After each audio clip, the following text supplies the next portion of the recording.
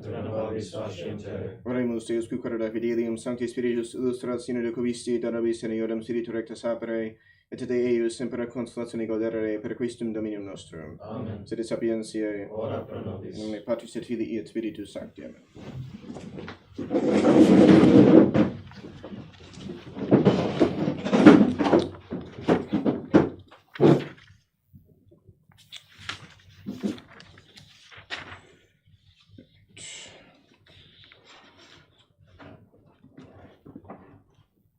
All right, so we're talking about the fact that all these problems happening in the East, not to say that any place is perfect, but that there was less trouble, generally speaking, in the West, at least at this time, of all of this going on with Arianism, semi-Arianism in the East, and in the West, things are rather calmer, that the Church of Spain did not yield to that of Gaul in attachment to the faith. The fall of Osius of Cordova was a source of deep grief, but led to no second defection. So again, even where there are problems there, still generally speaking, things are less tumultuous. The year 361 opened with another council, but this was the last that Constantius was to assemble.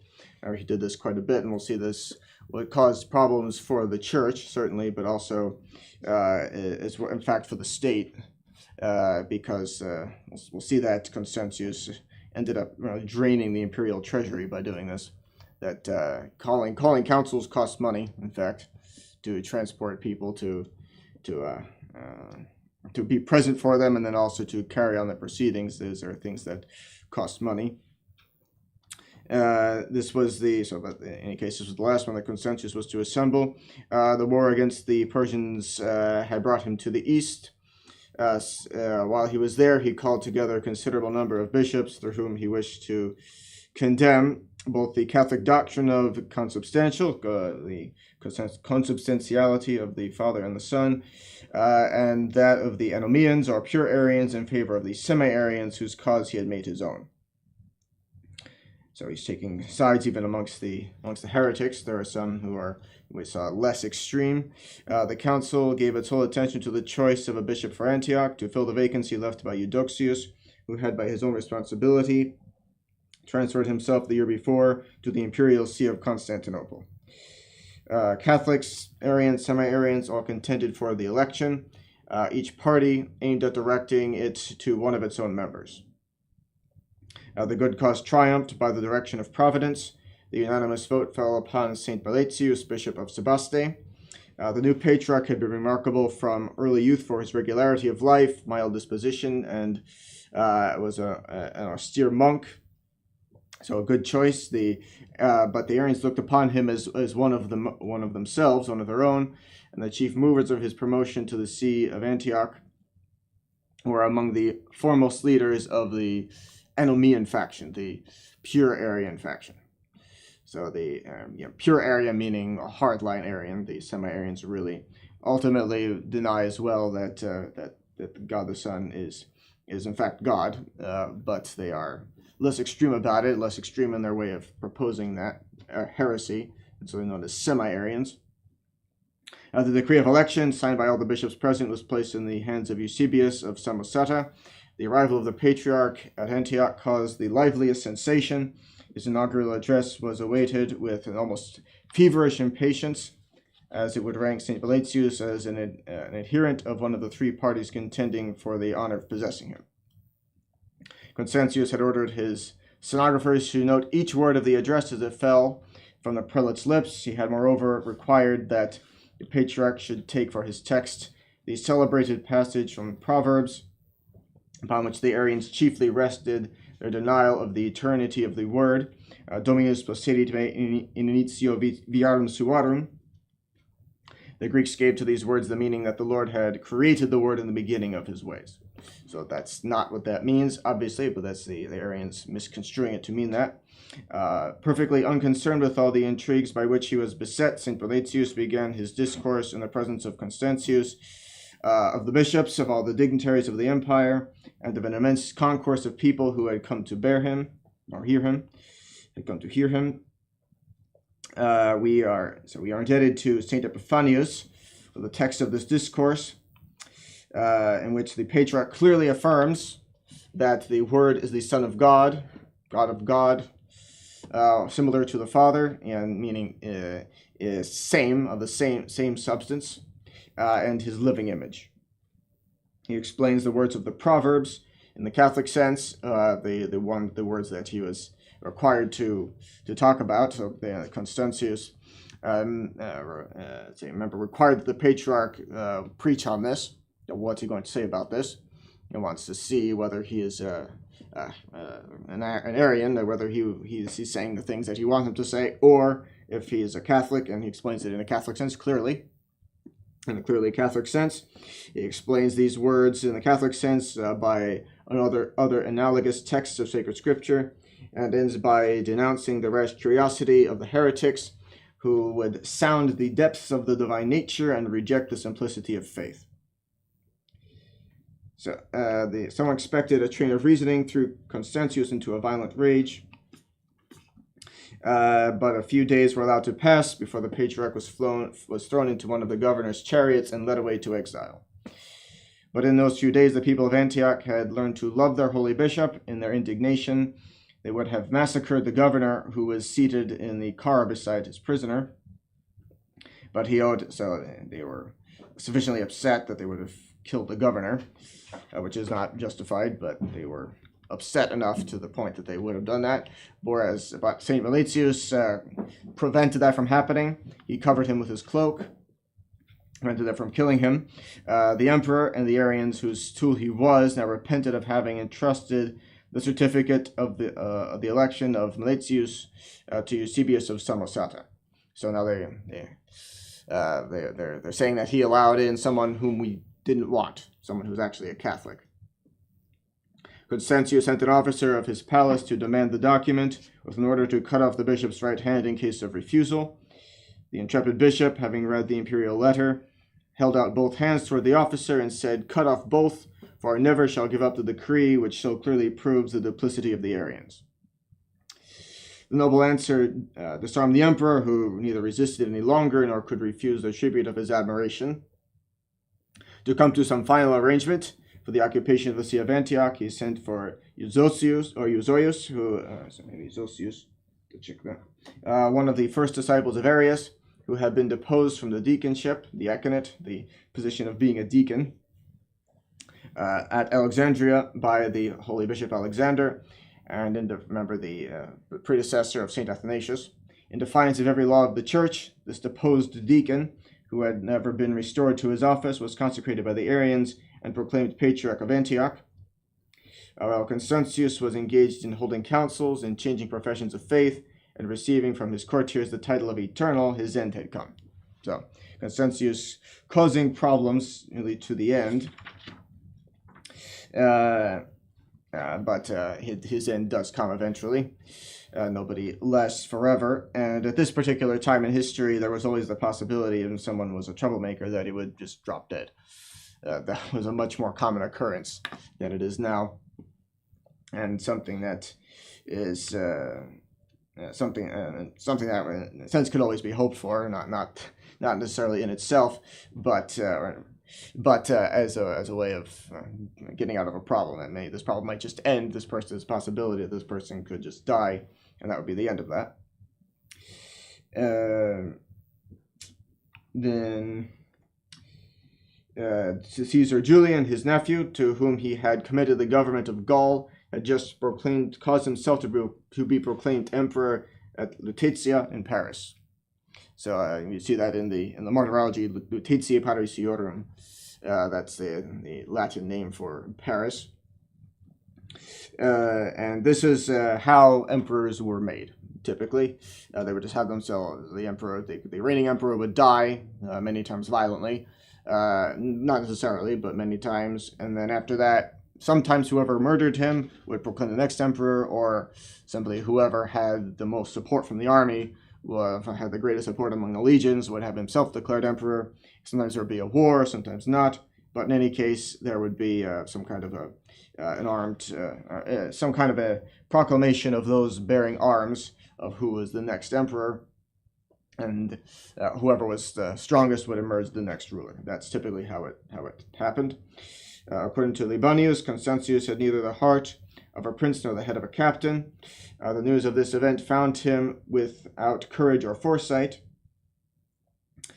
So in this case, the current emperor is not even dead, and already his successor is seeking to intrude himself.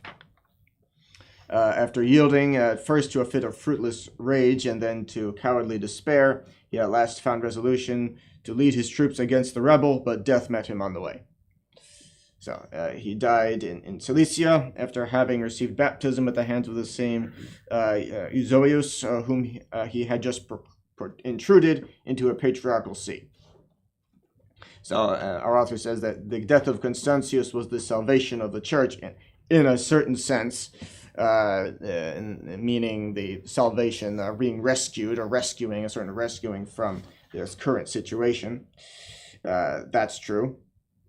The church was about to suffer the contemptuous persecution of an apostate, but the faith had nothing to fear with paganism for its adversary.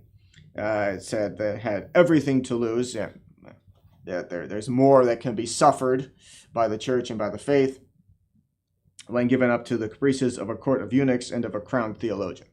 So in a way, Julian the Apostate was less of a problem, because rejecting the faith altogether, at least he's not going to be fomenting heresies. Many people might abandon the faith under such a ruler for other reasons, but not for the motive of, or not for heresy at any rate, in such a case. So obviously the church will never die, but rescued from in a situation that's in a way worse by the appearance of Julian the Apostate, and that's who this is. And he was truly an apostate, had the faith and abandoned it. He was even personally acquainted with various saints. So before entering upon the details of the new struggles into which the church was plunged under an apostate emperor during a season of pagan renaissance, we must retrace our steps, says Darras, and this is what we will do, to study the great historical figures that arose both in the East and the West during the theological campaigns of Constantius. So a great many big names at this time, obviously St. Athanasius, one we've already seen, but there are others as well. While borne along by the tide of Arian discussions, already too complicated of themselves, we could not pause to insert the personal biographies which we now present. So backing up a bit to mention some people whose names definitely saints amongst them, whose names ought to be noted from this time, but whose names, because of the complications of Arianism, was not possible to enter into before now. The two names which first meet us in the order of time are those of two holy doctors and illustrious friends, St. Gregory Nazianzen and St. Basil of Caesarea. So, two doctors of the church, drawn together by proximity of birthplace. They were more closely knit by community of studies and pious practices. St. Gregory Nazianzen was born in 316 AD. His mother was Saint Nona. His brother and sister rank in the church's calendar as Saint Caesarius and Saint Gorgona. Those are a whole family of saints. At the time of his birth, his father, after whom he was called, was still a pagan, professing the doctrine of the group of people who called themselves adorers of the Most High God. But he was actually a pagan still at that point. But he was eventually converted. The family full of saints, or they were not, of course, canonized while still alive, but looking back on that, a family full of saints, it's not surprising that they should, and having the faith, the other members of the family having embraced the faith before even the father of the family had, it's not surprising that they should have brought about his conversion, which in fact happened. From the period of his conversion, he showed so much fervor and made such rapid progress in every Christian virtue that 4 years later, at the age of 55 years, he was elected Bishop of Nazianzum, and in the discharge of a holy and laborious pontificate, lived to nearly 100 years of age when he went to his reward. So somehow, obviously, he had been married. It's unclear as to the exact details as to how he ended up becoming a bishop, but he did. Gregory, his son, was prevented in early and tender infancy by heavenly graces and benedictions. Prevented, meaning in this case, of course, actually helped by heavenly graces that these came his way. At that period of life, when the gems of virtue or vice begin to unfold in the human heart, he was favored with a marvelous vision. He saw by his side two virgins in white apparel, one of which represented chastity and the other temperance. They said they ministered before the throne of God and took particular delight in chaste souls. And this vision urged him to give his heart into their keeping, that they might one day present him in the train of virgins that follow the Lamb. So clearly you have here the visions, the kinds of which saints receive. This vision left him inflamed with the love of the virtue of chastity. With a clean heart, he had also received a noble and vast intellect. He advanced with equal pace in piety and science. He had soon exhausted the course of studies furnished to the youth of his day, and was then sent to Caesarea in Palestine, where he availed himself of the advantages afforded in that school founded by Origen, and of the famous library collected by the disciple, the martyr Pamphilus, and increased by the learned Eusebius. So, this is Origen, who was, there are definitely errors in his works. He said certain good things. He was famous as a catechist during his lifetime. But there are definitely errors in his works, but it's unclear whether those errors come from him or not, or if so, maybe some of them did, maybe some not, but if so, which ones did and which ones did not, it's impossible to say. Even while he was alive, he complained about his works being interpolated, that things were inserted into his works which he did not say. He complained about that. He was a giant in that sense. He was a name.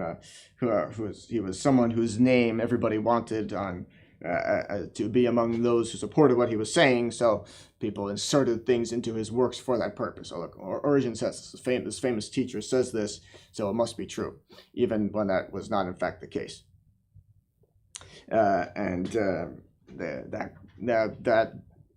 During his lifetime, again, he got in trouble for the fact that there are errors in his works, but it's just unclear as to whether or not he was in fact responsible for them. But in any case, he still had the reputation of being this tremendous teacher, catechist. And he availed himself. So he was still. There were saints who did not hesitate to study in a school founded by him. He was definitely a great teacher. So he had a great teaching talent. No question about that. Saint Caesarius, his brother, the brother of Saint Gregory, had gone to Alexandria to learn wisdom and science. At the feet of a blind sage whose name was Didymus, who had inherited both the chair and the learning of Origen. So you can see the reputation of Origen is something that's something sought after, in a certain sense, not the sense of errors, obviously, of publishing errors, but in the just the idea of someone who's highly learned. Definitely Origen was highly learned. Whether or not the errors in his works come from him, he was certainly highly learned, even just abstracting from all questions of that. He's definitely highly learned, no question there. Saint Gregory Nazianzen joined his brother in Alexandria, and for some time profited with him from the teachings of the same illustrious sufferer of blindness. But they departed home, Caesarius home in St. Gregory for Athens, which was always looked upon as the metropolis of science and literature. So it's true that this is still the time of the Roman Empire. The Roman Empire still has roughly a century, a bit more of life left in it. The Western Empire, the Eastern Empire, would last for much longer in some form. It was much reduced by the time Constantinople fell to the Turks in the 15th century. It was effectively gone from existence by that point, even though technically it was still there. All that was really there by the time the Turks seized Constantinople was the city itself. There was really nothing left of the empire at that point. But in one way or another, in some form, in some capacity, to some extent, the Eastern Empire lasted for about another 1,000 years or so. Even if that was not, for most of that existence, it was not exactly a glorious existence, but it was still there. At this point, we're still talking about the Western Roman Empire, still in existence, even though, again, the capital has been moved away from Rome. It's moving away from its original Romanness, for better or worse. It's moving away from that. In some ways, in good ways, giving, for example, the fact that the paganism is, well, it's still there, definitely still there, but there's no more persecution of the church. So it was always the politically conservative emperors who persecuted the church, with this notion that this group of people are claiming that their God is the one true God that's in defiance of the Roman state religion, and we cannot have that. That was the idea. We cannot have a defiance of the state religion, because without religious unity, we cannot possibly have national unity. That was clearly understood by everybody at the time. So that was at least there was at least that much common sense among the pagan Romans, that there's that without national unity, without religious unity, there could not possibly be national unity. Of course, eventually the Catholic faith was adopted by the Roman Empire, and there was therefore national unity on the basis of the Catholic faith, which is correct. So the situation became more ordered still than even what we're looking at now. But even at this point, the Western Empire is still most definitely in existence. The culture, all the culture of ancient Rome, came from Greece. Even something we bring up occasionally in Latin class, that the upper class Romans even adopted Greek as a language.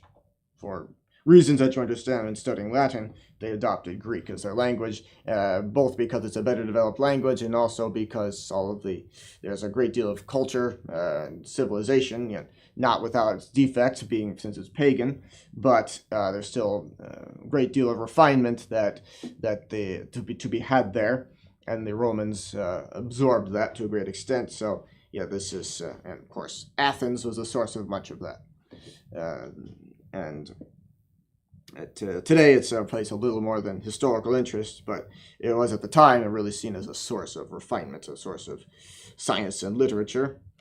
So here it was there while he was there, St. Gregory Nazianzen, that he met a youth whom the hand of God was also leading to great things, St. Basil, born at Caesarea in Cappadocia towards the year 317.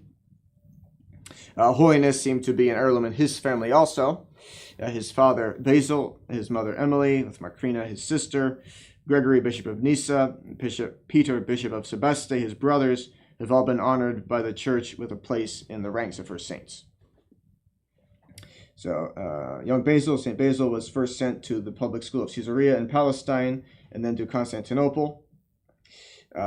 His friends held the same rank in the paths of science and literature. Besides his proficiency in rhetoric, poetry, and philosophy, and dialectics, St. Basil, later on canonized and made a doctor of the Church, possessed a knowledge of geometry and astronomy, which placed him on a level with the ablest men of the day.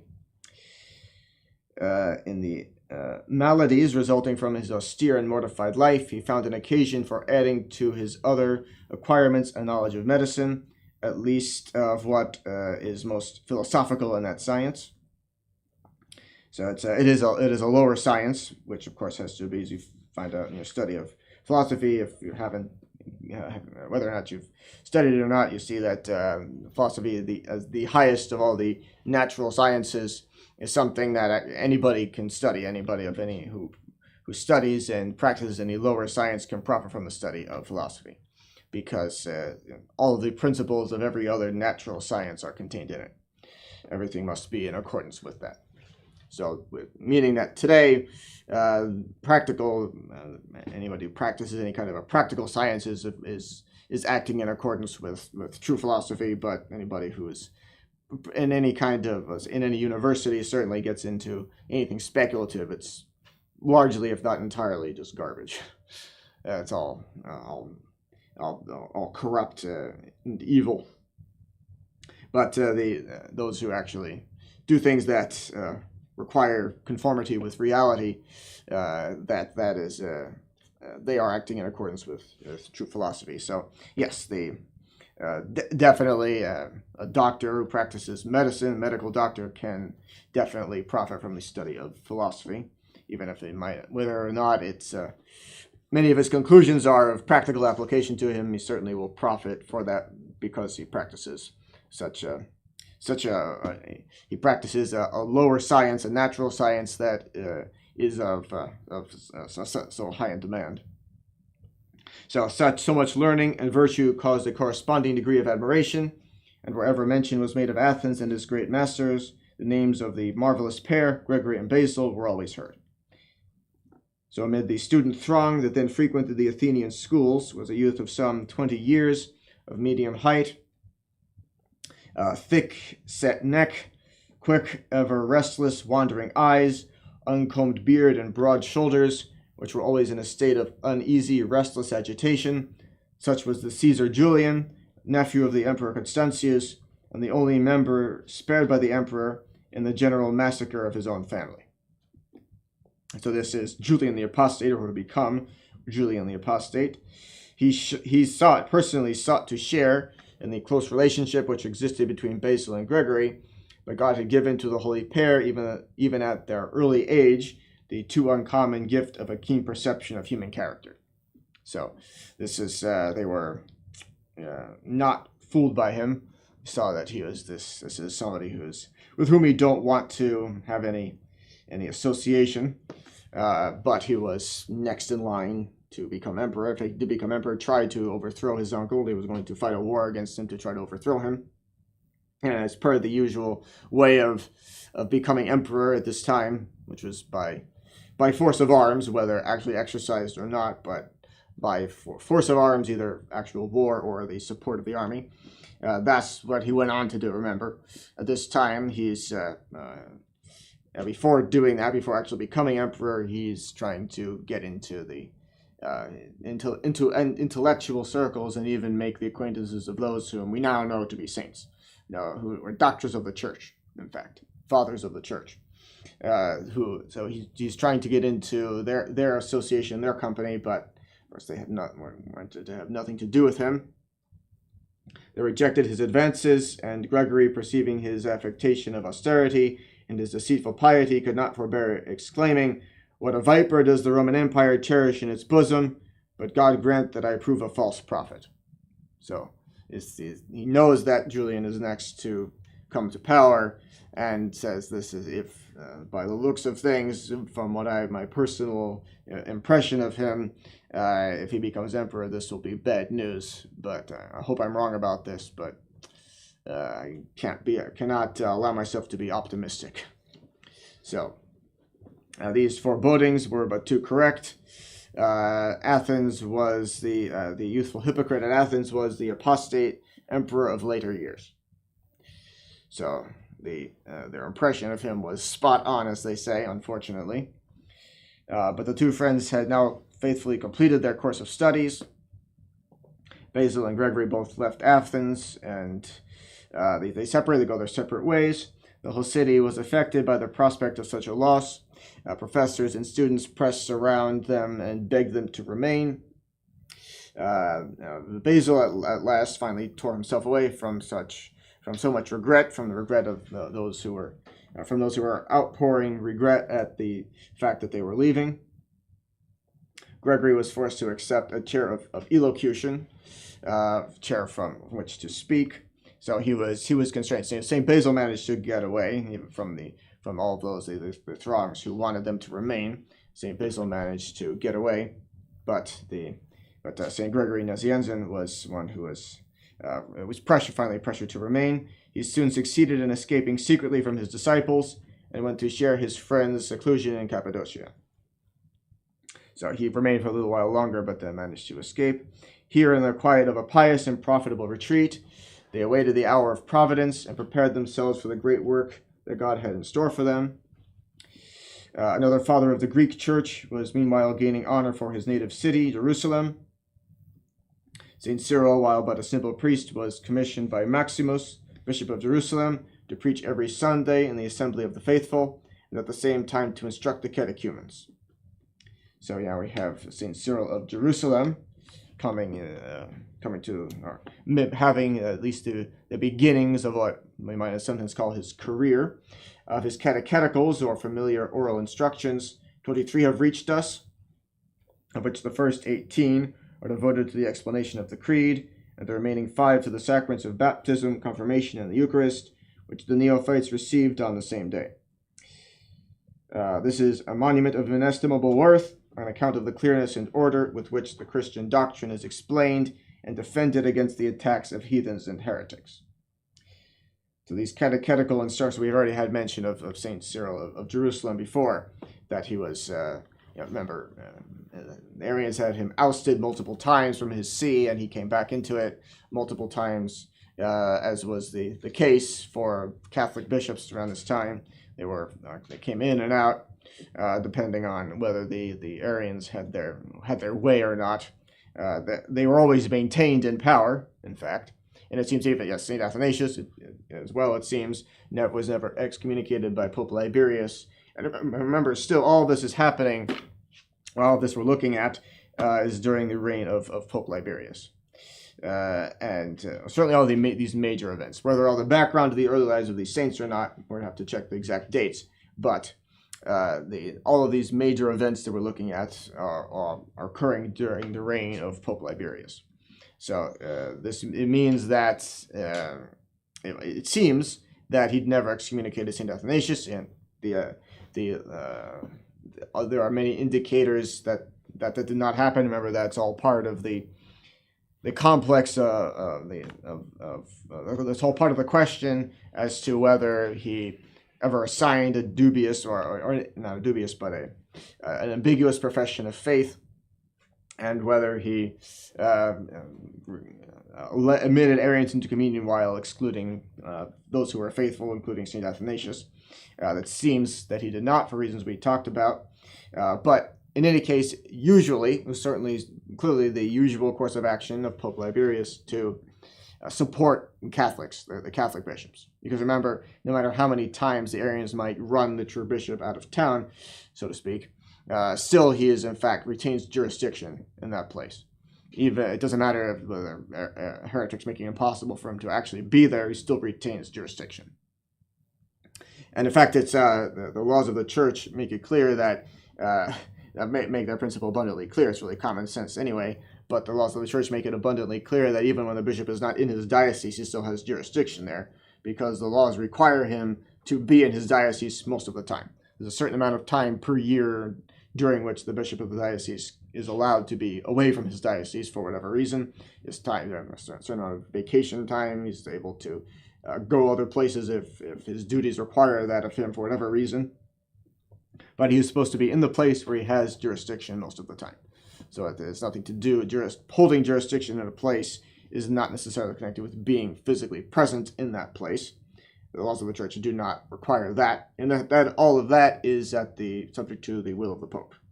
In a sense, the Pope is ecclesiastical law, and the current discipline of the church does not require that the bishop of a diocese be physically present in his diocese to hold jurisdiction.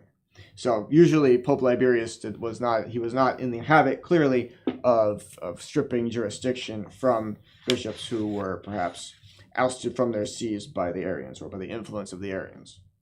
Many times, it was the Emperor Constantius who was involved in ousting in the ousting of the Catholic bishops and the installation of the Arians or semi-Arians. He ended up taking up the cause of the semi-Arians.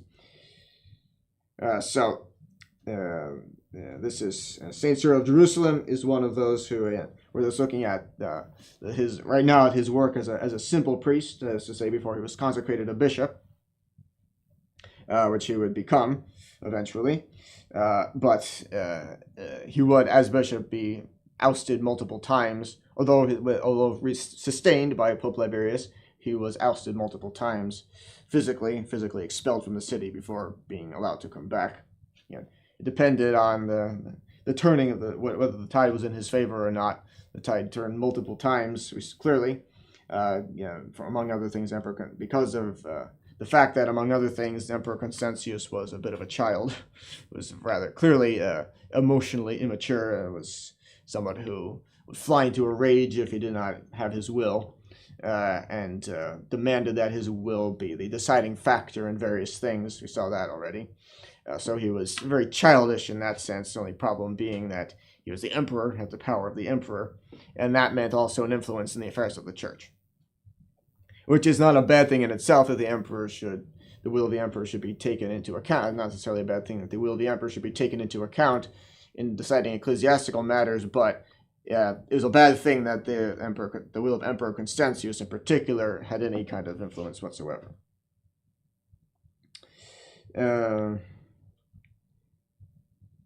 So, these catecheticals were written by catechetical instructions, familiar oral instructions given by St. Cyril of Jerusalem. 23 of these have reached us, of which the first 18 are devoted to the explanation of the Creed, and the remaining 5 to the sacraments of baptism, confirmation, and the Eucharist, which the neophytes received on the same day. So neophytes were those who were received into the faith.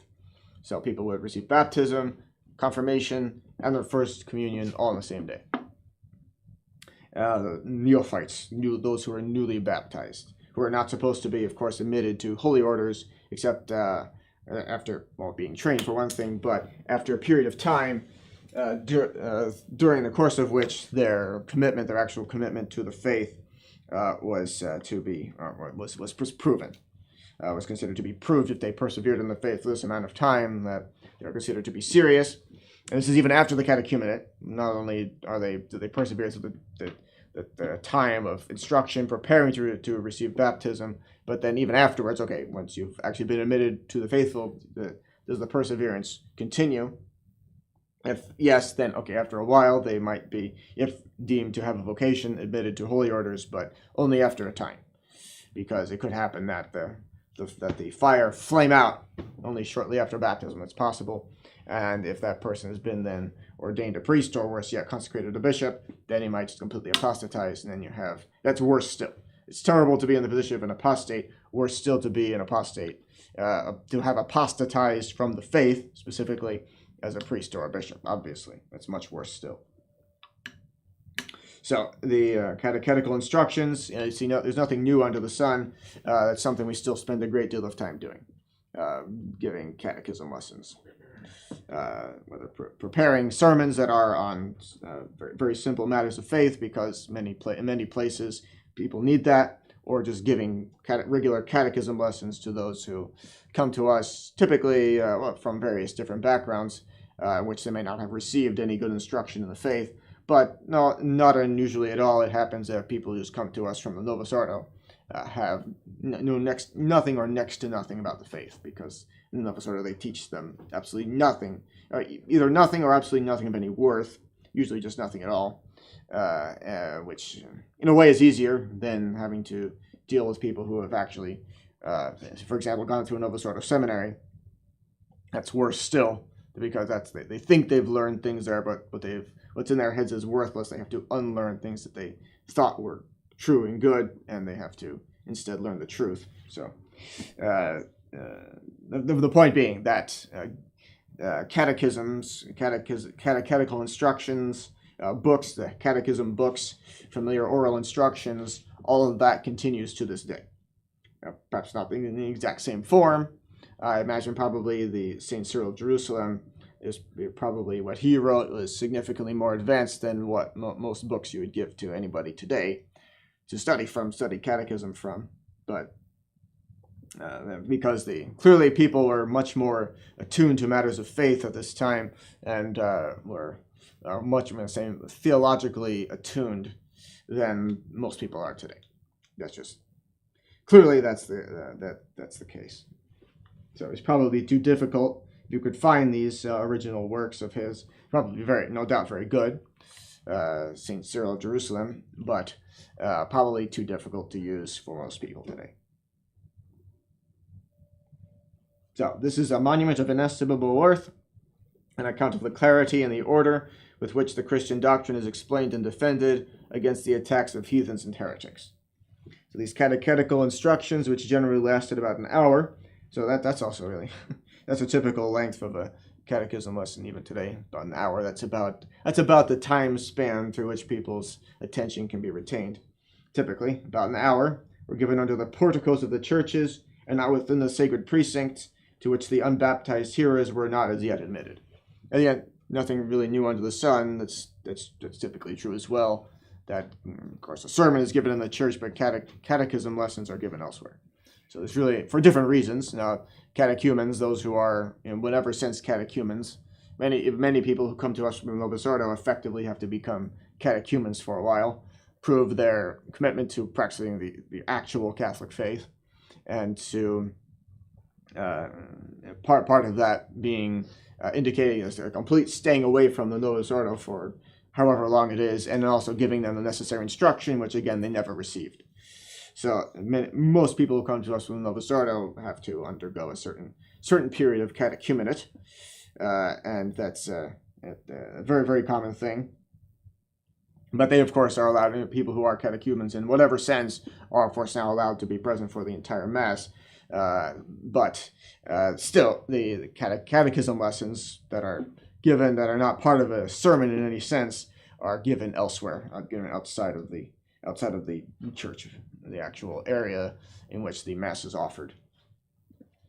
So, St. Cyril here gives the name of faithful to all who believe in heart and profess by word whatever the Church believes and teaches, even though they have not yet received the sacrament of regeneration. So, in other words, it's possible for an adult catechumen to already have the virtue of faith, and in fact the virtue of charity, to be perhaps through acts of perfect contrition, acts of perfect charity, of perfect love of God, to already be in the state of grace by the time they actually receive the sacrament of baptism. That is possible. And in that sense, baptism of desire. They're not allowed to receive it. They cannot receive the Holy Communion, for example. They cannot receive other sacraments before receiving baptism. They'd be invalid. Still, because in order to receive any other sacrament, it's necessary to be signed with to have on the soul the mark of baptism, the indelible character of baptism that's required for the valid reception of any other sacrament. Even Holy Communion, in fact. Even, of course, they might have someone who invalidly baptized or never baptized at all, who consumes a consecrated host. That's not the actual sacrament of receiving. That's not the actual reception of Holy Communion. It requires to receive a sacrament validly. It is necessary to have the indelible character of baptism on the soul. Okay, continue with this next time, and also. My original plan was to have a quiz today. That obviously didn't work out. But we will have a quiz this coming Wednesday.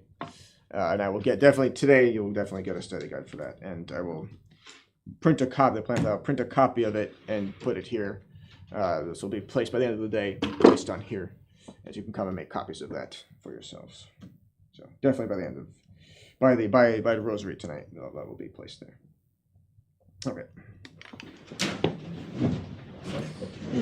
Filii Spiritus Sancti mensum tuum presidium confugimus sancta Dei genitrix nostras deprecationes et despicias in necessitatibus sera periculis cunctis libera nos semper virgo glorios et benedicta. In nomine Patris et Filii et Spiritus Sancti.